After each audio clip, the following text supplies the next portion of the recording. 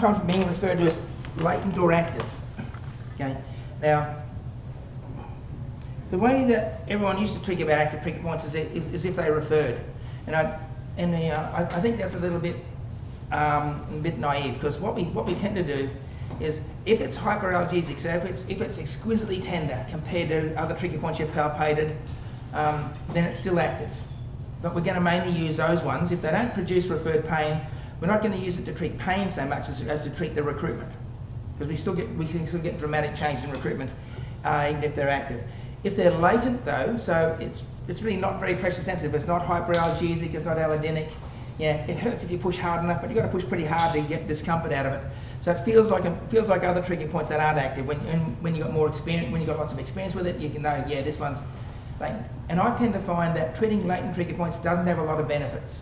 Occasionally you get small changes in the recruitment, but you don't get changes in pain, and I don't get big changes in recruitment as well. So I tend to work with more direct things rather than that. So I don't tend to spend time treating latent trigger points, because there's usually no trouble finding some active ones that are going to be more relevant. Okay. Now then, there's also some authors who've gone down the path of classifying trigger points as primary, secondaries, and satellites. To a large extent, that's a moot point. You know, if it's active, you want to treat it. It's going to contribute in some way to what's going on. Okay, but in the literature, Hong was the first person to start describing them this way, and he basically started describing them as the primaries were flexo-medial rotators, because that's the power punch, the power kick. Okay, yeah, and then the abductor or extensor lateral rotators were secondaries. Okay, which tends to be more of a postural control, extension, stabilizer role. That's simple. Stabilizer muscles that might be doing other components of the movement as well. So we've sort of started thinking about redefining it in terms of the primaries would be things like the primary ones would be the mobilised that are over dominant, that are taking over everything. Okay, and the secondaries are the stabiliser synergists, and it's a more functional way to look at it too. Okay. So, for example, you know, your piriformis would be the primary overactive muscle in the buttock. Your glute max would be the stabiliser synergist.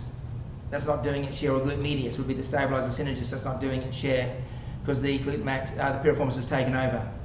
Okay, and then down into the leg, the hamstrings would be the satellites, or soleus would be a satellite. Other muscles in the periphery that are in the zone of referral then start to become activated and become sensitised. Another example in the upper quadrant would be the anterior scalene would be a primary in the neck. It's a mobiliser muscle. Okay, it's designed to help us duck, move your head fast to get it out of the way of things. Okay, but the stabiliser synergists, okay, would be your trapezius and your semispinalis, the muscles of postural control, okay, and postural alignment. But then also in the zone of referral for your scalene are the extensor carpi radialis longus and brevis, and so they're commonly linked together. So what you do tend to find, so these things are sort of partly neurophysiologically linked, partly biomechanically linked. If you've got a drop shoulder and a head forward posture, you tend to spend a fair bit of time, you know, overusing those forearm pronators and extensors as well. Yeah, but they're common patterns. Now, you could argue that, well, the mobiliser muscles in the forearm are primaries and the stabiliser secondaries.